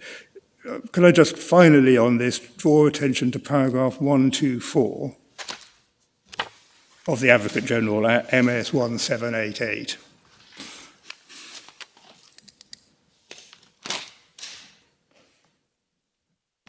If the Court accepts the reasoning I put forward in the respect of question 1, that's derived right of residence, this question becomes redundant. If the Court does not follow me, however, it becomes necessary to consider whether Article 18 may be invoked to address reverse discrimination of this sort. So she herself is saying, be silent if it wants to be, on the reverse discrimination aspect. Sorry about that. Next case is Duretsky, Bundle 1B.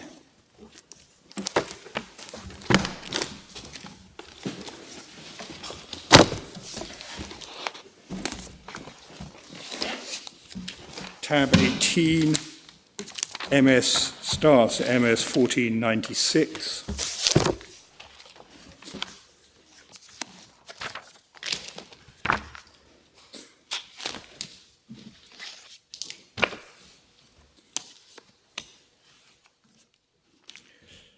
And the critical paragraphs are in the judgment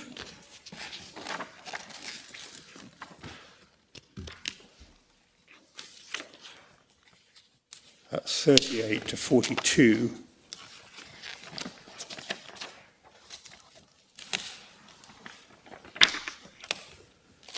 Starting off with 38 to 42, MS 1527.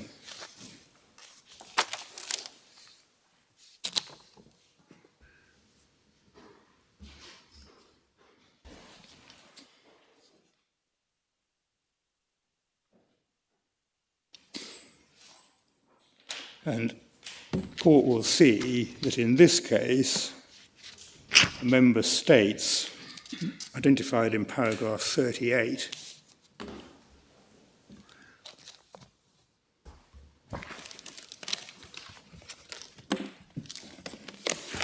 were all saying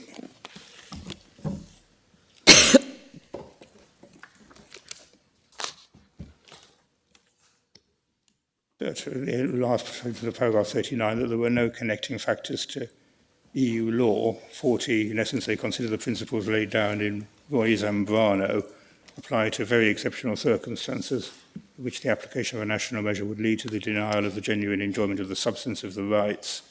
In this case, the events which gave rise to the disputes differ substantially from those which gave rise to the aforementioned judgment, insofar as the Union citizens concerned were not at risk of having to leave the territory of the Union and thus being denied the genuine enjoyment of the substance of the right conferred by virtue of their status.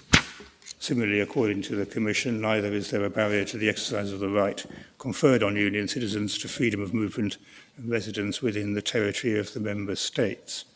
And then Mr. Duretsky has a submission the other way round. And as we say in our printed case at MS 105,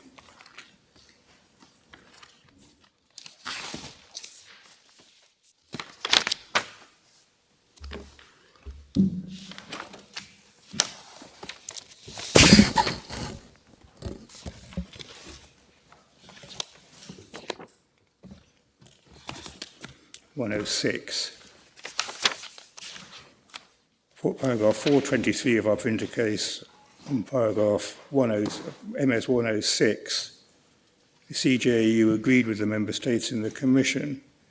Directives 203 and 86 and 204/38 did not apply because of the absence of movement. That's paragraph 57 of the judgment, foot of page 1529.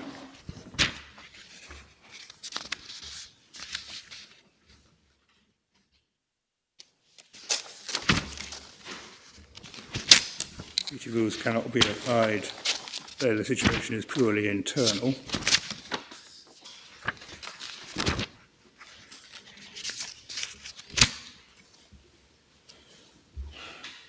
However, the court goes on in paragraph 63, this is MS, paragraph 63 of the judgment is at MS 1530.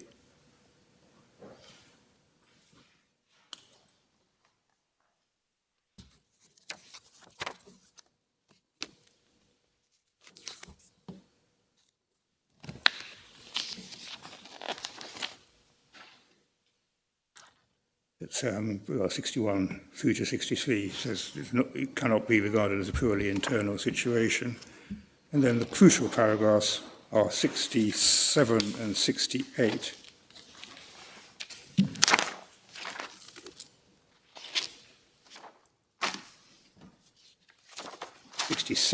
Top of MS 1531, that criterion is specific in character inasmuch as it relates to situations in which, although ordinary legislation on the right of residence of third country nationals is not applicable, the right of residence may not exceptionally be refused to a third country national who is a family member of a member state national, as the effectiveness of union citizenship enjoyed by that national will otherwise be undermined. Consequently, the mere fact that it might appear desirable to a national of a member state for economic reasons or in order to keep his family together in the territory of the union, for the members of the family who do not have the nationality of a member state to be able to reside with him in the territory of the union is not sufficient in itself to support the view that the union citizen will be forced to leave union territory if such a right is not granted. That finding is admittedly without prejudice to the question of whether on the basis of other criteria, inter alia by virtue of the right to protection of family life or right of residence cannot be refused.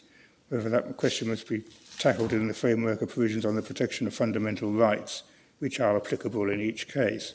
So, pausing there, there's no doubt in paragraph 68 of Derechki, the court holds that the mere fact that it might appear desirable to a national of a member state for economic reasons or in order to keep his family together in the territory of the union, or members of his family who do not have the nationality of a member state to be able to reside with him in the territory of the union, is not sufficient in itself to support the view that the union citizen will be forced to leave the union territory if such a right is not granted. Well, when you unpick that rather complicated proposition, it's actually rather obvious. And where does it take you this afternoon? It doesn't take me anywhere. I mean, that's the trouble with this line of authority. This is cited against me and used in Harrison, for example, on the basis that the Zambrano doctrine is not concerned with economics. And so that when I say the Zambrano right of residence carries with it a right to a particular sort of social systems more than the bare minimum, they say, no, it doesn't, because paragraph 68 of Derechki says we're not concerned with economic motivation. But my point is that that's simply not what 68 is dealing with. Yes. I mean, it may be obvious. I say it is obvious. What it's concerned with is whether the denial of the right of residence will force the child out of the union. That's the repeated thrust of this case law. Thank you.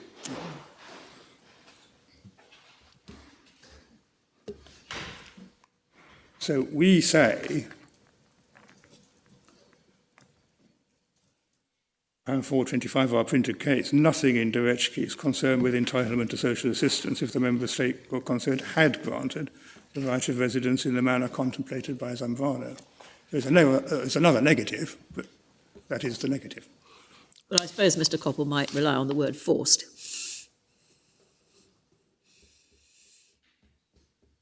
Yes. But I submit that's saying no more than the end result. I mean,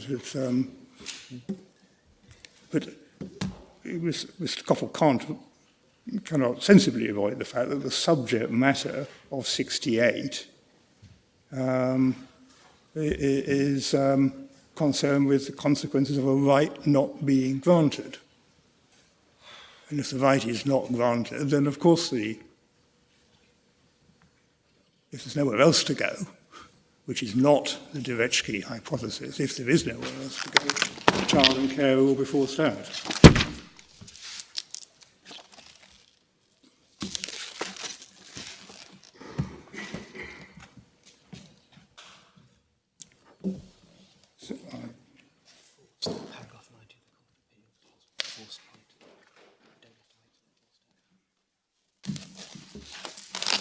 there are other complications about Derechki in the passage that's in paragraphs 70 to 74, but I think I shall leave those for now. Let's leave it with the negative proposition. Derechki is not addressing the issue with which this case is concerned. We then go on to, there's then a line of cases that follows Derechki, which I won't go to. I think Mr. Banner may go to them very shortly. But there are two much more recent cases which are consistent with my analysis but don't give us the answer. The first is Marin, which we find Bundle 1C of the Authorities Bundle, MS 1693.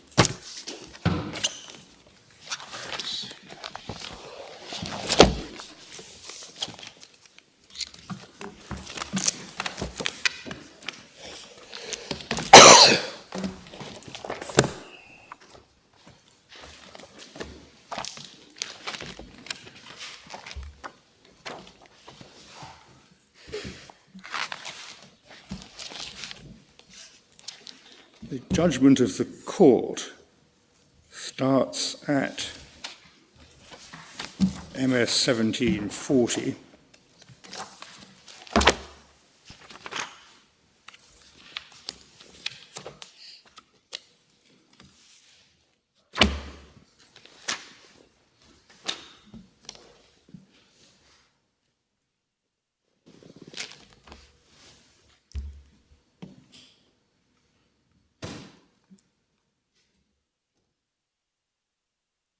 The underlying dispute in Marin was whether or not a Zambrano right of residence could be defeated in the interests of public security. And of course, the Zambrano resident, the carer who has the right, has committed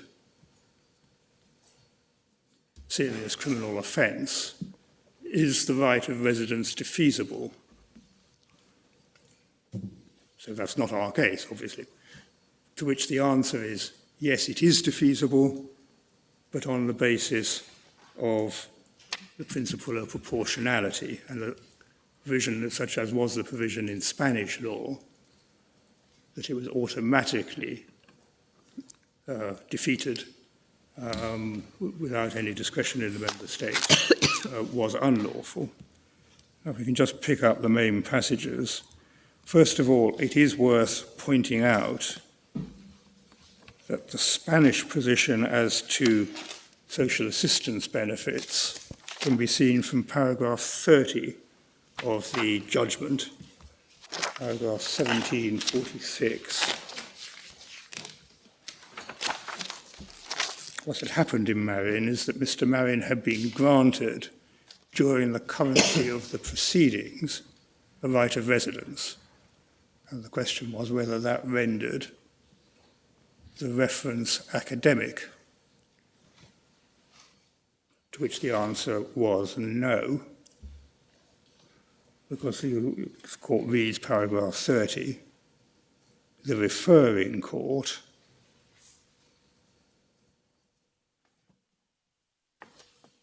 considered that if the decision rejecting Mr. Marin's application for a residence permit was null, that could have consequence for the appellant in the main proceedings going beyond the grant itself, such as compensation for the loss of employment contracts, of social benefits, or social security contributions, or even, as the case may be, conferral of the right to acquire Spanish nationality.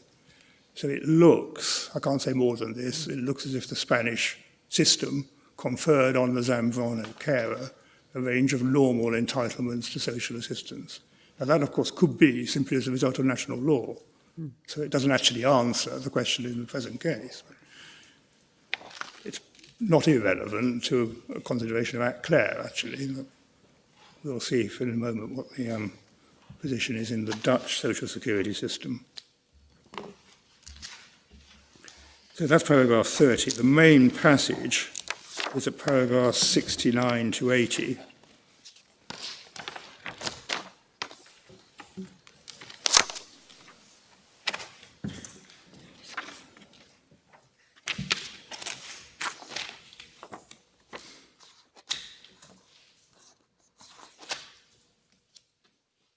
There was a reference to the Air Centre in paragraph 69.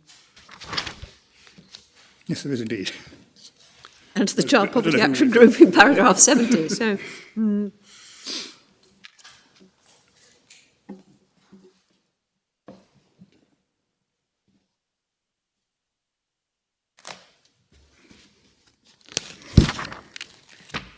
rights And derived from those the most immediately relevant paragraph, and it's relevant to the issue about scope and whether we're implementing EU law, is paragraph 75, where the court, having referred to Zambrano, Derechki, and then the later cases, says the above situations have the common feature that although they are governed by legislation which falls a priori within the competence of the member states, namely legislation on the right of entry and residence of third country nationals outside the scope of provisions of secondary legislation, which provide for the grant of such a right under certain conditions, they nonetheless have an intrinsic connection with the freedom of movement and residence of a union citizen, which prevents the right of entry and residence being refused to those nationals in the member state of residence of that citizen in order not to interfere with that freedom. And then gives references to two later cases in Zambrano and Derechki.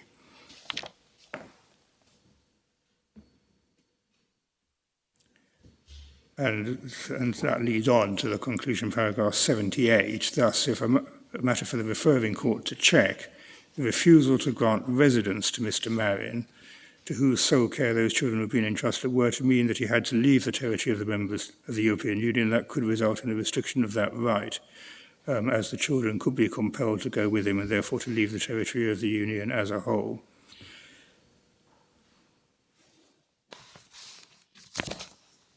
So two things. As far as one can see, the concentration is again entirely on the grant or non-grant of a right of residence.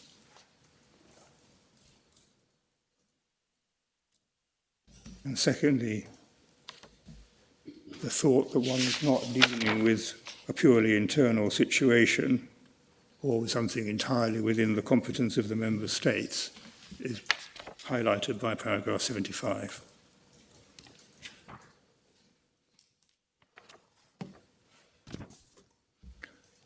And then if the court is interested, the answer to the question of whether or not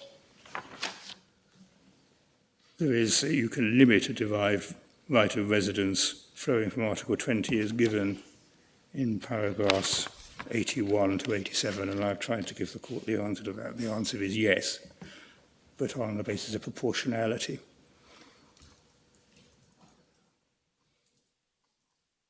And in paragraph 85, as we said in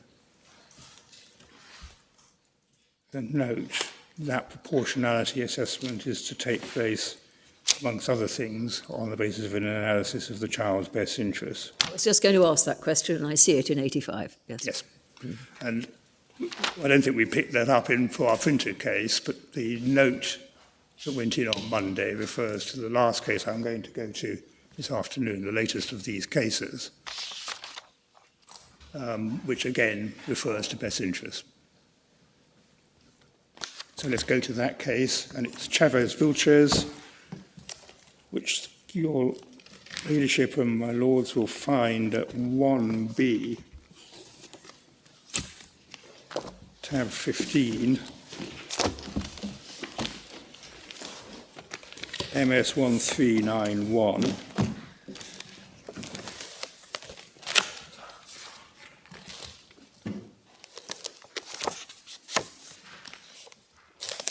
This is the Advocate General's opinion. I was going to go first to the judgment. There is something about best interest in the Advocate General's opinion, yes. 1391. 1391 is the start point of the judgment. I'm sorry, that may not be helpful to yes. give you. 1397 has the main passage, which is paragraphs 29 through to 38.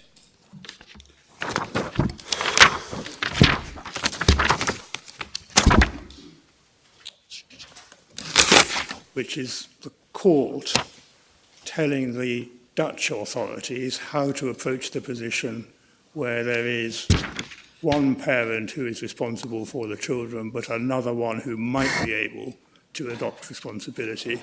The court in the passage of 29 through to 38 gives an answer to that question of how to approach it.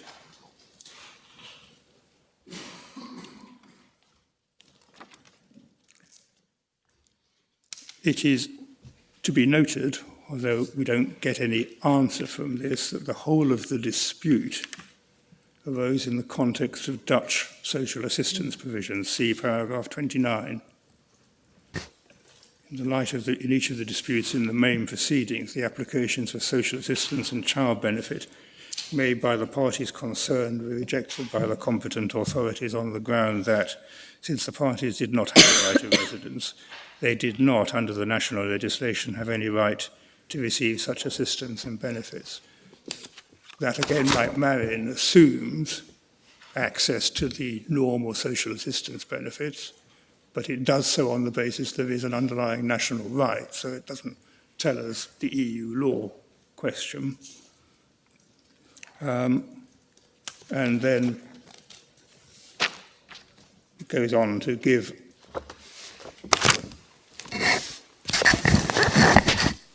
as I say, give guidance to the Dutch courts on how to approach the general position.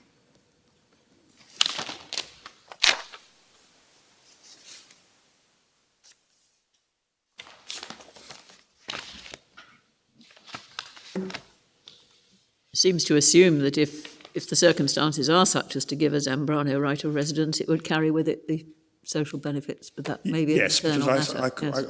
That is... That's the effect of Dutch law. Yeah, I can't say it's not, exactly. I mean, it is the effect of Dutch law. It is the effect of Dutch law, yes. Yes. It does suggest that the UK is an outlier, but where that takes us, Well, we knew that anyway. yeah.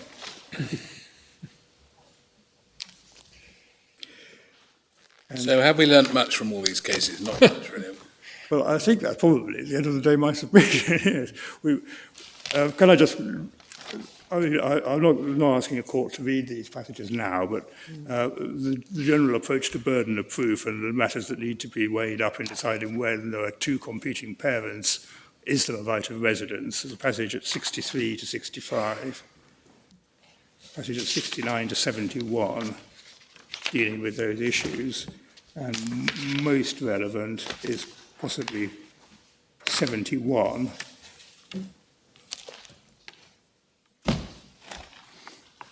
which has an express reference to best interests in weighing up whether or not there is a dependency relationship. Two-thirds of the way through paragraph 71. Another parent is not necessarily an answer to the problem. No. And in deciding whether he is or not, one of the things you look at is the best interest of the child.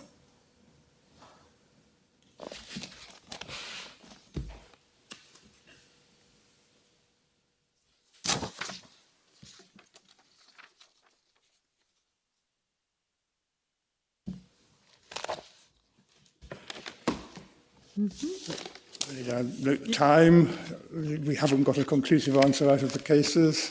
I hope I'm on course to comply with Mr. Coppell's timetable. Well, you have until 11:20 tomorrow. The agreed morning, timetable, yes. if that's all right. We're very grateful to you for knocking, I think, each of you 10 minutes off your time, but I'm not sure that will be any detriment to any of you. We tend to find that it isn't. We're starting at 10:30 tomorrow, yes. 10:30, yeah. We will look forward to hearing from you further then. Court is now adjourned.